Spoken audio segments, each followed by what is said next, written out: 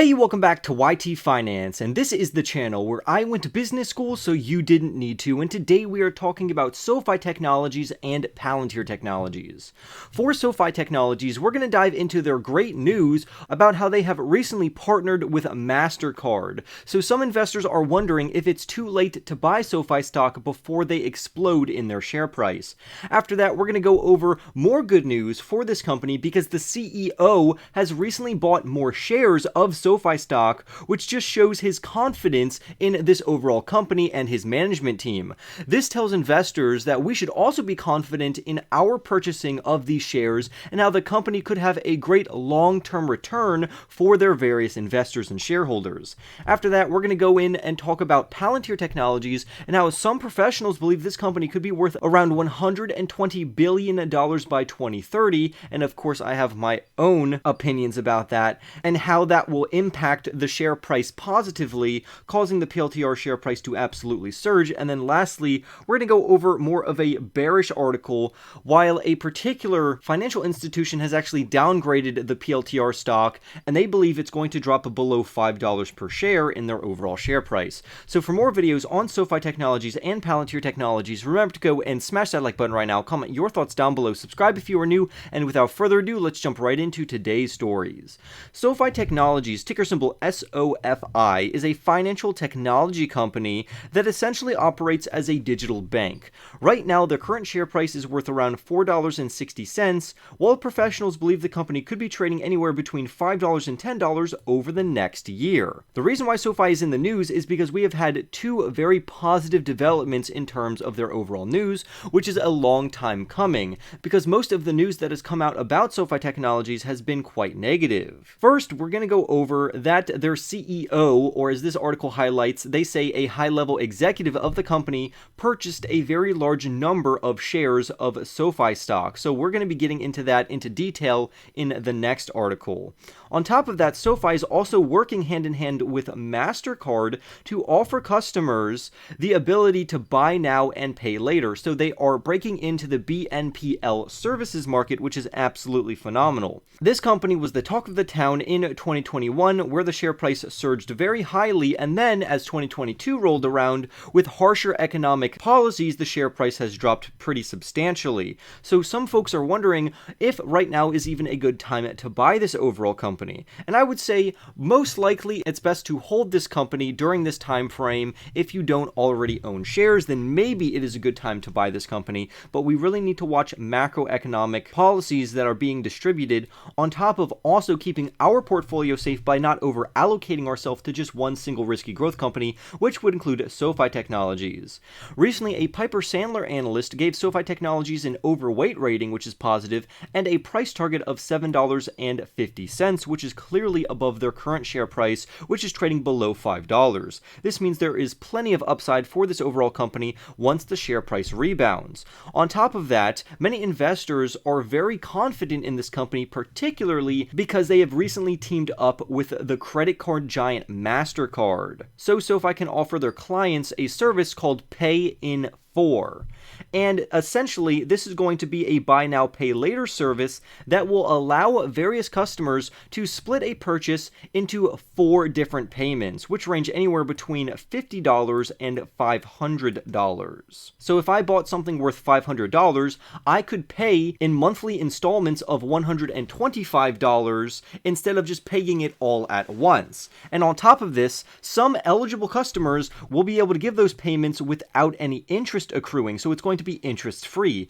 This makes Sofi Technologies Pay in 4 service, which is their buy now pay later service, much more effective than putting this $500 or $50 markup on a credit card, which has absolutely outrageous interest rates. So this is going to draw people into the company, and I don't know how much money they're actually going to make off of this, particularly if they don't charge interest. They're literally not going to make any money from this particular service. So why do you think they're offering it? Well, I'll tell you.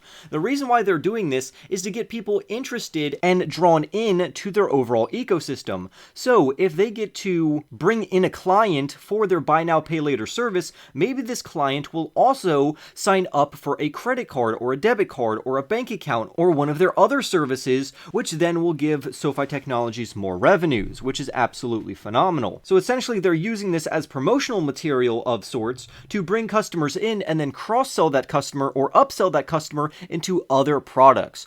On top of that, they will be getting some money from this segment because I don't think all transactions are going to be interest-free, maybe just a lower interest rate than credit card companies, while select customers who are eligible for interest-free rates will be given that. So if you need an even larger boost in your confidence regarding this company, besides them teaming up with one of the best and largest credit card companies, which is Mastercard, what about the CEO buying even more shares, which is going to give us a lot of confidence in this company?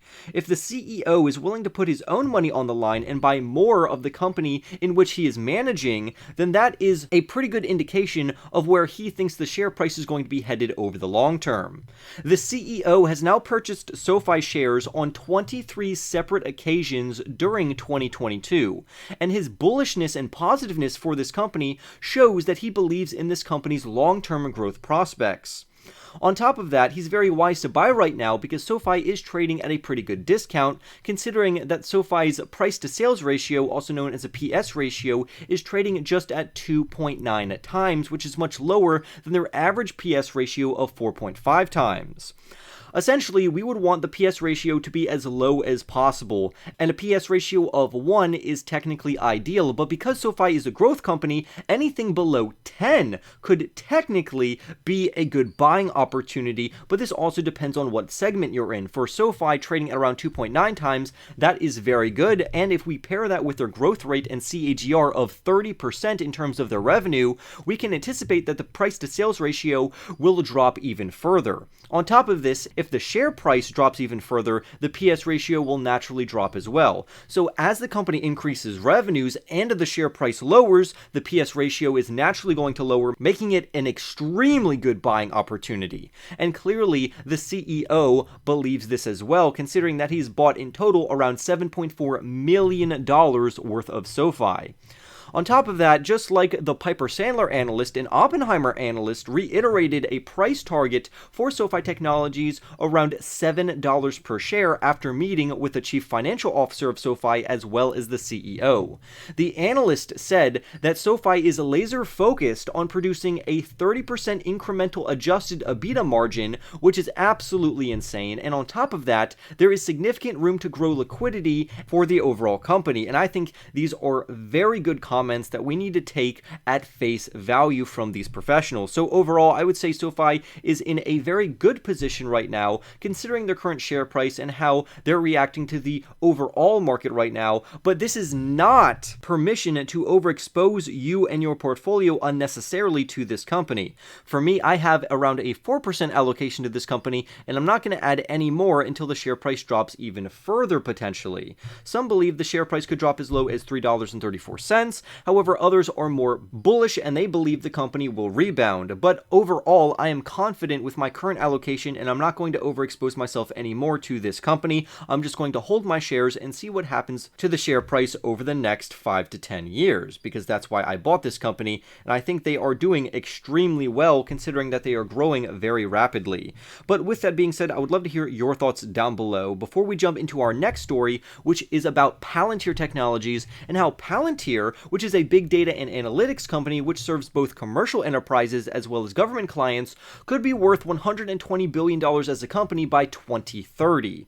Right now, the PLTR share price is trading at around $6.45, which I think is more of a premium than investors should probably pay for this company considering the current macroeconomic environment, but professionals believe this company should be trading between $4.50 on the low end and $15 on the high end. However, the overall consensus for this stock is a hold rating.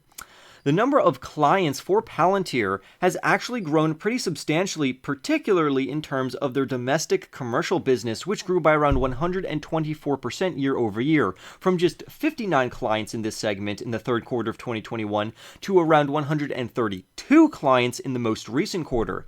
That would equate to around a 53% increase in their overall revenue for that segment.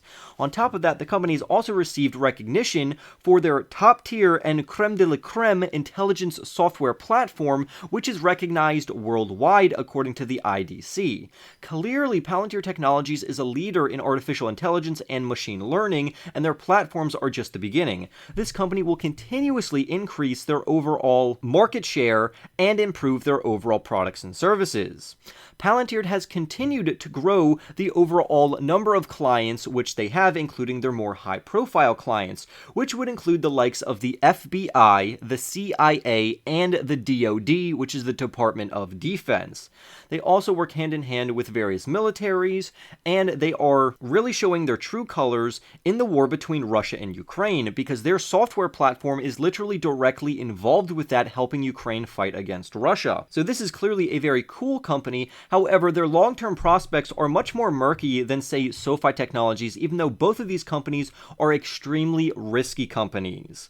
Palantir seems to have signed a number of new commercial contracts, which would include contracts with Hertz to manage their overall fleet of vehicles. On top of that, the company has either secured or extended contracts with the FDA, and they also renewed their partnership with the CDC. So these are super big, high-profile clients.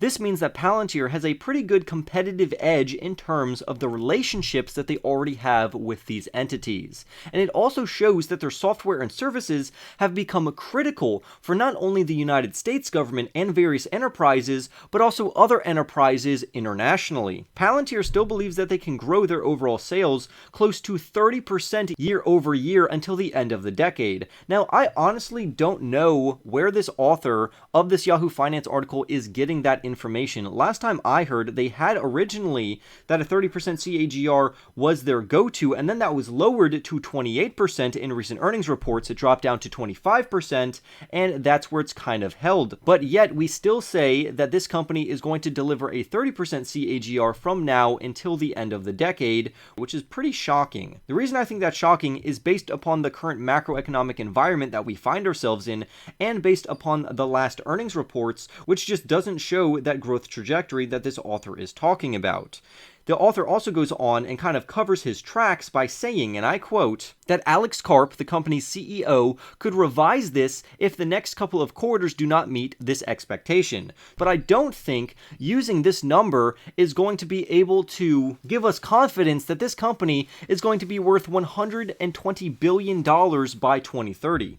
The math that they're doing right now is they're saying that this company could bring in around $1.8 billion worth of sales, and then that's going to balloon over the next 7 to 8 years to around $12 billion by 2030. And if we keep all of their accounting metrics equal, that means the market cap would be somewhere between $60 billion and $120 billion by 2030.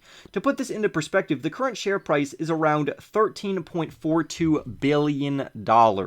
So I don't really think $12 billion worth of revenue is going to justify $120 billion by 2030 for their market cap. For instance, this would apply an 8.94 times multiplier to their current share price, which is around 6.45 or $6.45.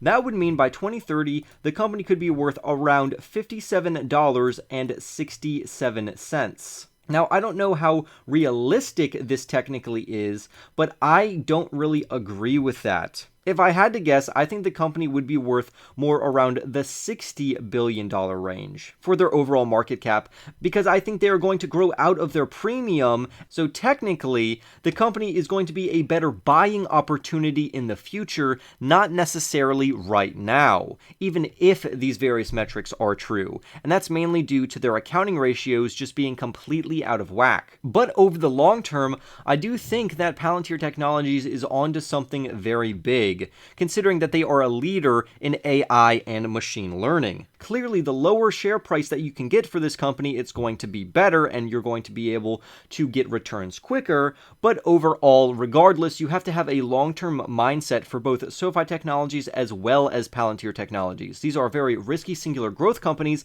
but they are in fantastic markets with a lot of upside over the long term. So why do I think the current share price is going to drop even further? Well, I think due to macroeconomic factors, the overall economy is being very unfriendly to risky single technology growth stocks like Palantir Technologies. Their $6.45 share price, I think, will fall down to at or around $5 per share. And I'm not alone in this. And I'm also not a bear because I personally own Palantir Technologies. I have around a 3 to 4% allocation to this particular company because I'm willing to hold this company for the next decade because I think they could actually end up creating the default operating system for the United States government. A financial institution which agrees with my analysis would be Wolf Research, which recently downgraded Palantir, and they actually said that investors should sell it before this company drops below $5. Now, for me, I'm not advocating to sell this company. I'm advocating to hold this company. So don't put me into that actual basket because I myself am holding this company right now for the next 10 years. And although I think this is going to be a very risky investment that is going to have slow, consistent growth over the long term, I'm willing to wait it out. I don't need fast returns from this company because I don't intend to trade it.